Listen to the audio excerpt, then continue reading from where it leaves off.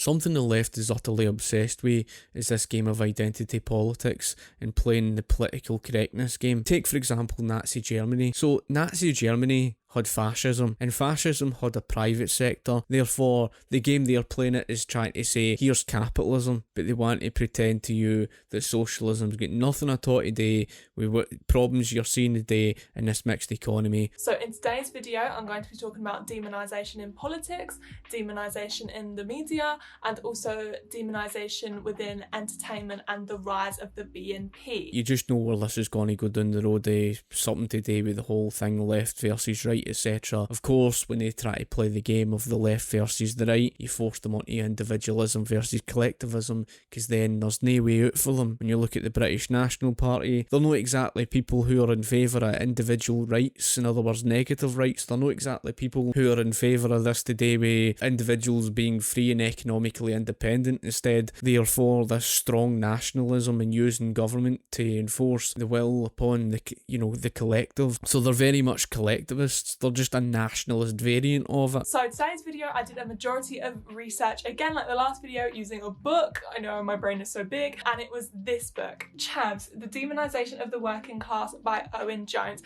Now this book is slightly outdated just because it was published in 2011, but I still think everything within this book is so relevant to the conversation about the demonisation of the working class. I can't think yet and more demonising of the working class than to wipe your arse with them by running the printing press, because you're devaluing the base of the currency. For context purposes, I grew up middle class, but I believe as an individual at the moment I'm working class. I don't do YouTube full time. I don't make that much money on YouTube at all, but my actual job is I'm actually a beautician. So great, first of all, she's probably running her own private company as a beautician. You're always going to get these champagne socialists like that of Jeremy Corbyn, and she's reading stuff today with Owen Jones. These are people who just want to get rid of the private sector. She probably doesn't even understand where money comes from anyway. She probably thinks it's just a case, oh well, I can do all this whilst having socialism. In the last 40 years, the working class has become more demonised than ever. Politicians claiming we live in a workless Britain.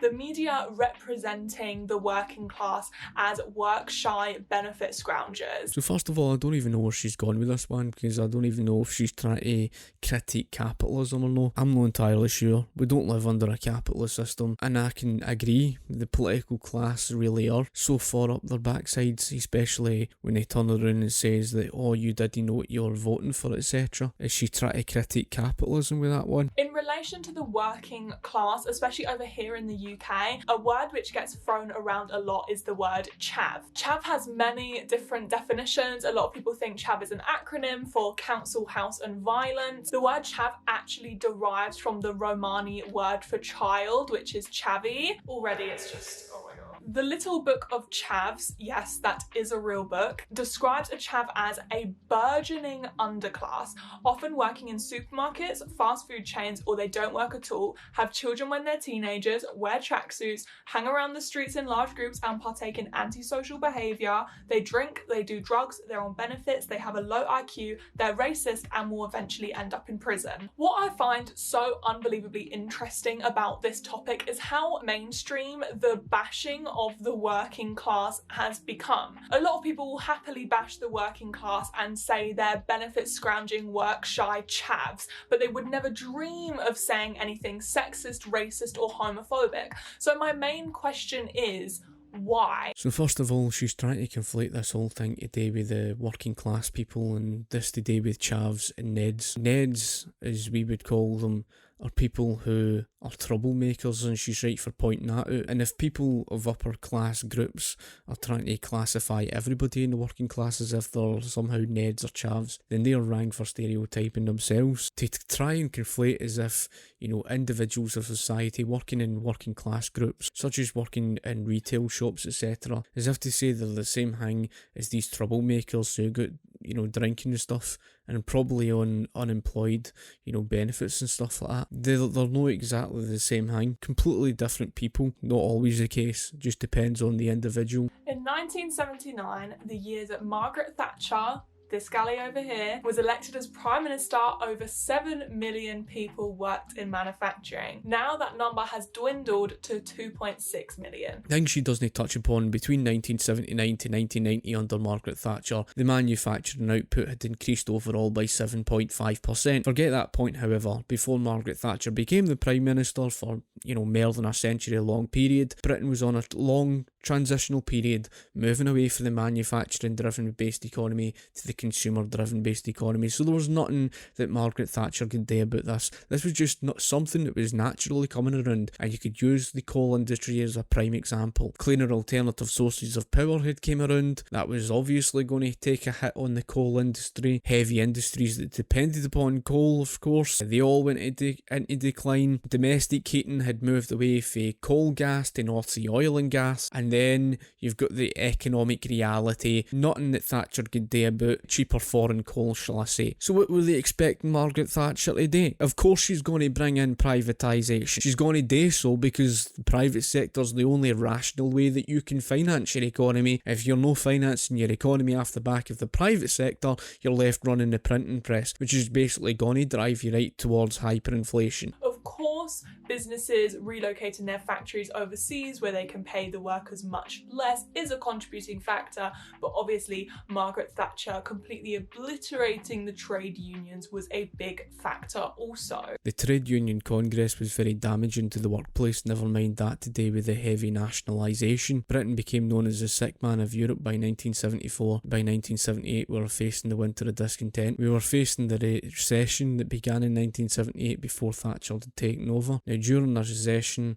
it means the economy grinds to a halt, productivity levels dramatically decrease, prices soar out of control, the consumers are harmed. Now, what did the Trade Union Congress do during this time period? It blackmailed non-union members and says to them, if you do not become a union member, then you'll not find any work involved with any industry that we're involved with. Add to that, the Trade Union Congress had bombed these industries that they were involved with higher tax rates to force them, during a period of a recession, to force them to redistribute to remaining workers. The key word there is remaining workers. It restricted the market for how many people that these businesses, these industries could employ, shall I say. As a result, so many people were left unemployed. It was all in the name of trying to force up the remaining workers' wages, but at the same time they're harming those they're taxing the arse out of. In other words, the leaders of the industry, they were forced to downsize, and it forced many of the industries under, etc. So it was no surprise why Thatcher took the action that she did. And funny enough, in Margaret Thatcher's third term, she took action against the Trade Union Congress,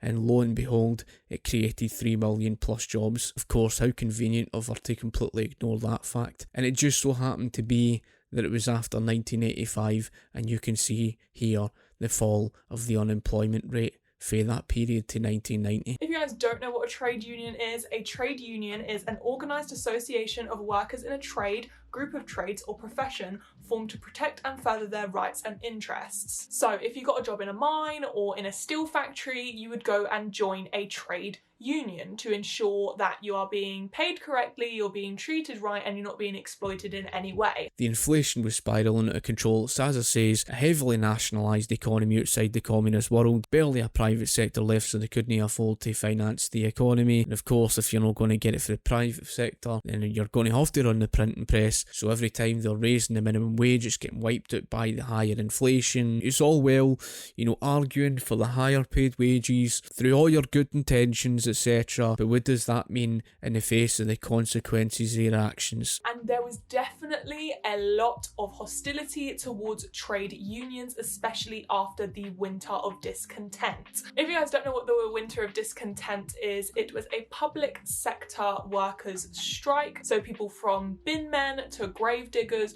all went on strike during the winter between 1978 and 1979, which happened to actually be one of the coldest winters that the UK had ever experienced. It was awful. There was literally piles, like miles high, of rubbish rotting in the streets. There was unburied bodies because the grave diggers went on strike as well. Like, it was just a nightmare. And the Conservative Party used the winter of discontent almost as a propaganda against trade unions. It's every £1 to the value of the product, and for every £1 that you print in circulation, there's 1 plus debt added to the currency. In other words, the more and more paper you print in circulation, the less scarce that paper becomes. You know, it's no different to everything else in the laws of supply and demand. The larger the supply of that currency grows in circulation in the economy, the less value it holds, because the less scarce it is. So the more and more paper that you're printing in circulation in order to pay for your massive big bloated public sector, the more and more your currency devalues in purchasing power, the less value it holds, the less you can buy with it. Who the hell do you think that harms? Your prices of goods and services are driving up because of the inflation. So if it's driving down, who are you hurting? Well, who is it that basically depends upon the paper currency? The very people you're talking about who went out and strike in the first place. The working class people. So why are the rich not affected then? The rich are not affected because they're the ones that hoard all the assets. And the thing is, these strikes were completely avoidable. It was a result of the Labour Party making cuts towards public sector workers in order to keep inflation down. As if to say they had some sort of a choice. Obviously, you acknowledge the fact that there was an inflationary issue because that was caused by the heavy nationalisation, because you're obviously running the printing press in order to finance it, because that's what inflation is. You're increasing the quantity of the paper in circulation in order to pay for your economy. So in order to combat the problem, the Labour Party was left with no choice. Economic reality only permits so much, and eventually they're left with no choice but in order to cut back. So if they didn't make the cuts, then there wouldn't have been any strikes. But yeah, blame the working class people, go on. These cutbacks were naturally going to come around, and why people were losing their jobs and that. A lot of these folk don't even understand basic economics, and I'm not saying that to be derogatory or nothing like that. They were hard-working people. I sympathise. Many good people lost their jobs and that. Your economy was in great danger, and you were in danger of facing hyperinflation. On top of all of that, you thought it was just a case that you could hold on to all these, heavily nationalised industries, etc. As if to say that there was a choice of the issue. Pay them a wage for digging coal at the ground. What are you going to get them to dig coal at the ground for if the market's moved away from it? For what you use coal for today, it's minute compared to the demand you had for coal decades ago. And for example, domestic heating, like I says, had moved away from coal gas. You moved towards North Sea oil and gas, so what are you going to do? Pay people a wage to dig coal at the ground for the sake of hee-haw? What's the point paying people to do something for absolutely nothing? You don't dig coal at the ground for nothing. It has to serve a purpose in the market. If it's got no purpose, if it's got no value, then what value was the labour? That's a bit like saying value is somehow determined by how many people you get to do a job. Obviously, you've been reading a load of Marxist nonsense. Value is not down to how many people you get to do a job, how much labour time you spent on something. Value is down to the market value. What value does it hold to the consumer? If nobody's using it, then what value is it? It's not worth anything. If you dig a big hole in the ground and then fill it up the next day, what value is it? It's no value. How you ended things is exactly where you started. When Thatcher came into power, she imposed extremely harsh laws on trade unions. Rules such as employers could sack strikers, reduce dismissal compensation, banned workers striking to support others, made unions liable for financial penalties, amongst other rules and regulations. Oh, how terrible for Margaret Thatcher to bring in such a regulation where it gives individuals a right. That's just absolutely awful. How evil of her. And negative rights, each and every single individual has the right to agree to disagree with one another. When you say, oh, I have a right to a job, you're taking away the right of the employer. You're trying to place one group or that of the other, and then you try to say that you're all for equality. No, you're not. You're against equality, because equality means that you're for individuals' rights and the individual freedom to agree to disagree with one another, and that's something that you wish to take away through coercion, through positive rights. Margaret Thatcher's obviously going to bring something in that gives the individual the right to disagree, to sack them if they're not doing their job right. Now, I'm not saying that these people weren't doing their job right or that, and that's why in that specific circumstance they were losing their jobs. I mean, obviously there were a lot of hard-working people that sadly and unfortunately lost their jobs that are working in the likes of the coal industry. It was just the natural state of where things were going in the economy. These industries were going out the door, and there was a transition moving away from the manufacturing-driven based economy to the consumer-driven based economy, and that's why, it's just like how you transitioned from the agrarian to the economy that you saw, where you saw the mills, etc. You were seeing a transition, and that's exactly what you were seeing in the 1980s. And as the unions began to collapse and more companies began to relocate their factories overseas, the factories began to close down, and so did the mines. The thing that you don't understand is why Margaret Thatcher was pushing things overseas is because of the fact that it was cheaper for us to do so. It was cheaper for us, for example, to get China to produce for us, and it was cheaper foreign coal available in the market, because your market was moving away from that. You're moving towards a consumer-driven based economy. You want to force the market in a position to do what? What are you going to create out of it? What are you going to do by getting people to dig coal at the ground? What value have you got for it? It's not going to be used for basically domestic heating, is it? So what value is there? That's the thing that you socialists have never understood about the market. You don't understand consumer demand. The working class people are part of the consumers. They are the consumers. Consumer demand, fucking just brush them aside. What do they matter? Just we'll force the market where it should go. Well, that's interesting. So you just basically wanted to dig coal at the ground, pay people a wage for basically hee-haw. Leading to the de-industrialization of the UK. You can notice that the most impoverished areas in the UK were old industrial towns. Before de-industrialization, anyone from any walk of life could go and get a job in a mine or go and get a job in a steel factory with little to no qualifications and have a decently paid job and a career out of it. Britain's economy was in serious trouble. Thatcher had no choice but to bring in the privatisation. When the privatisation came around, the coal and steel industry, etc., they couldn't compete with foreign markets. Since the closure of these factories and these mines, these jobs have been replaced with low-paid service sector jobs. So things like food service, working in a supermarket, being a shop assistant, or working in a call centre. And although these jobs are a lot less physically arduous and they are a lot cleaner, they're often extremely poorly paid, have a very high turnover, and some of the lowest worker satisfaction in the country. It'd be nice for Britain to become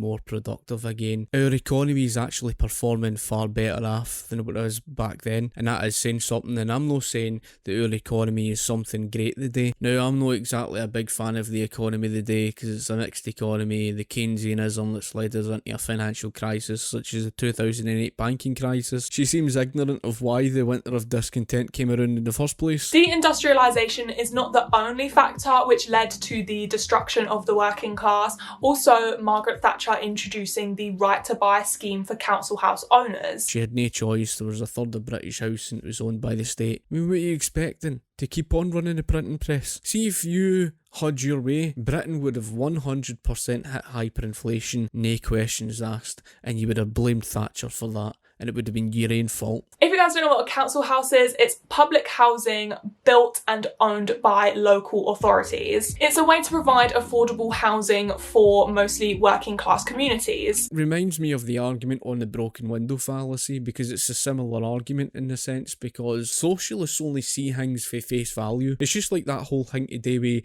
the NHS and free at the point of use. It's more affordable. Yeah, for face value it's more affordable, but it's no more affordable because you're having to cut back elsewhere in the economy and compensate elsewhere in the economy in order to pay for it. Now, they were running the printing press like crazy. Obviously you were going to plunge into hyperinflation, so it wasn't more affordable. How is it more affordable if your inflation was spiralling out of control? You even admitted it yourself. The Labour Party were cutting back. You even admitted it yourself that there was inflationary problems. The very fact that you admit that tells you that it wasn't more affordable, because you're compensating by paying elsewhere in the economy. It's just like how you say the NHS is more affordable, but people's costs of gas and electricity is through the roof. Oh, it's more affordable.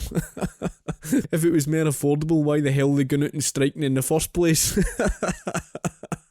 The modern council house was founded by Aneurin Bevan, I'm definitely mispronouncing that, and the intention of council houses was to create mixed communities so people could understand one another more. And it was like this before Margaret Thatcher became Prime Minister. 2 out of every 5 people lived in a council house, and now it's only 1 in 10. What a load of socialist propagandist pish. Karl Marx's Das Kapital Communist Manifesto pish. The reality is of human nature, we're human beings who are all self-interested, and part and parcel of us is that we are all different from one another, and we are self-interested, and it's something that you socialists have never ever accepted, and that economic reality contradicts your fantasy world. The way to picture you socialists is you're these control freaks. You want to act like the god, as if we're all chess pieces on a chessboard that you can just move about and try and force such and such to like one another, but then you ignore the fact that human beings all have minds of their own, the consequences of your actions of trying to play God. You drove inflation through the roof, and you're faced with the consequences where the economy was on the verge of an economic collapse. Now, the right to buy scheme is a scheme where long-standing council house tenants have the opportunity to buy their house from the council at a heavily discounted price. The longer you've been living there, the more the price goes down. Now, the reason Thatcher introduced this was because she wanted everyone to get on the property market, because she wanted a middle-class society. But it raises the question of, what about the people who can't afford to buy their council house? She wasn't perfect. There's certain things she did right, certain things she did wrong. When it came to the privatisation, that was one of the right things she did. The way in which she bring the cost down is to build more houses so that, the supply can keep up with the demand. Now we're living under a corporatist system, as it says. I don't know why people seem to think that the 1980s was some sort of a period of free market capitalism. Because there was a lot of people who couldn't afford to buy their council house. And I do think the right to buy scheme is great. I think it's a great way for people who wouldn't be able to afford to get on the property market to go and get on the property market. The problem is that they were not building enough houses to match up with how many were being bought. It seems like at first you're defending the position of the heavy nationalisation. You're saying that the property market thing with the whole right to buy scheme was a good thing. Well, if that's the case then, and if you acknowledge the whole issue today with the supply and demand argument, then surely to Christ you would acknowledge that the free market's the solution to the problem then. I don't understand where you're going with this. The 1980s wasn't a period of the free market. The answer's to strongly deregulate and allow supply to keep up with demand. And so the remaining council houses, which were significantly less than before, were being given to the top priority people that needed them. So the most vulnerable people in society and the most impoverished. Before Thatcher came into power, around 75,000 council houses were built a year. And in 2010,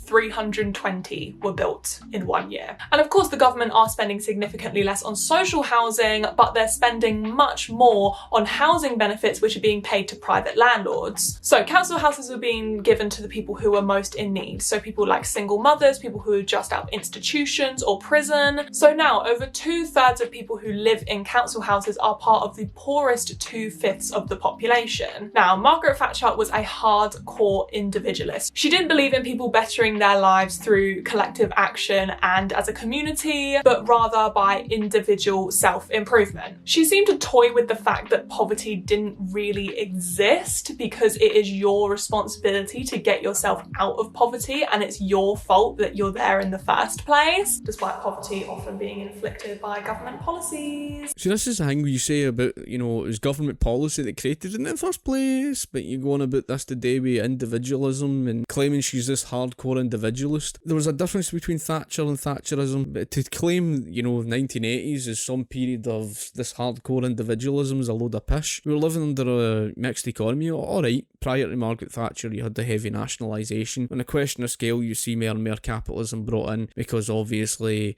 you'd see the privatisation, etc. But what you've got is this mixed economy, a mixture between capitalism and socialism. In other words, you're living under corporatism as a result of it. And Thatcher was never Prime Minister long enough to even make any more of a difference. You're living under, a strong mixture between individualism and collectivism. The government strongly regulating and controlling the private sector, and you ignore so much else. People forced collectively to pay for the losses of others. It's corporatism. It's not this strong individualism that you're trying to make it out to be. The strong individualism would basically mean it's a free market economy, and that's not what you've got. The point you made there was that it was government policy that created it in the first place. Well, that is collectivism.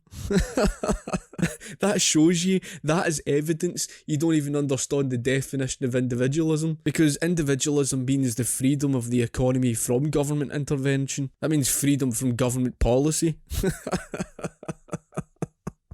So in other words, you just contradicted yourself. You know, it's collectivism that creates the problem. You've just admitted that. Thatcher would often avoid discussing class or even acknowledging that class existed, because if the public come to the conclusion that one group in society hoards wealth and power, meanwhile the others barely get a look in, people are going to start demanding change, and Thatcher nor the government wanted that. Here we go again with this utter pish again. It's this claim that the rich get richer and the poor get poorer, and it's hoarding all the wealth for themselves, etc, etc, etc. And again, Thatcher wasn't perfect, and it's the same story with Ronald Reagan. They used the same old excuses. Again, she wasn't perfect, but to claim these things, it's just baseless claims. They've no got anything to back up their baseless claims with. Thatcher destroying unions was her way of destroying the working class as a collective. She destroyed the working class through the privatisation. It's like, you know, the rich get richer and the poor get poorer because it's all the evil privatisation.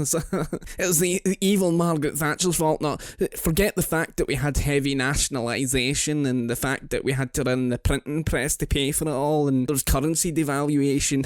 Just forget that fact. We'll ignore the fact that running the printing press, that was the currency devaluation, wiping the arse with the working class. But whilst we ignore that fact, and whilst we were plunging into hyperinflation, yeah, it was all Margaret Thatcher's fault. Only leaving behind working class individuals who were turning against each other, trying to scramble into the middle class. Areas infected by de-industrialization are the most impoverished areas and have the highest unemployment rates. And the government, along with the media, have managed to shift this blame onto the working class, saying that they're individuals who don't work hard enough, aren't talented enough, aren't skillful enough, are lazy. Under the Labour government in 1979, unemployment rates were just under 1 million. It's estimated that Margaret Thatcher put over 4 million people out of work due to clamping down on unions and the subsequent closure of industries. Absolute rubbish, folk. Again, I have to bring up this graph, and it shows you that from 1985 to 1990, and it's just so happened to be that 1985, the year of the strikes, etc., and the fact it might have even been 1984, the year I was born, but you would see the strikes and, of course, the closure of the pits in about 1985, round about that time period, and then you would see the unemployment rate dramatically decreasing from that period onwards. Isn't that truly remarkable? Yet she claims all of that, and then she makes out the Trade Union Congress was a great saviour. Oh, how evil Thatcher was.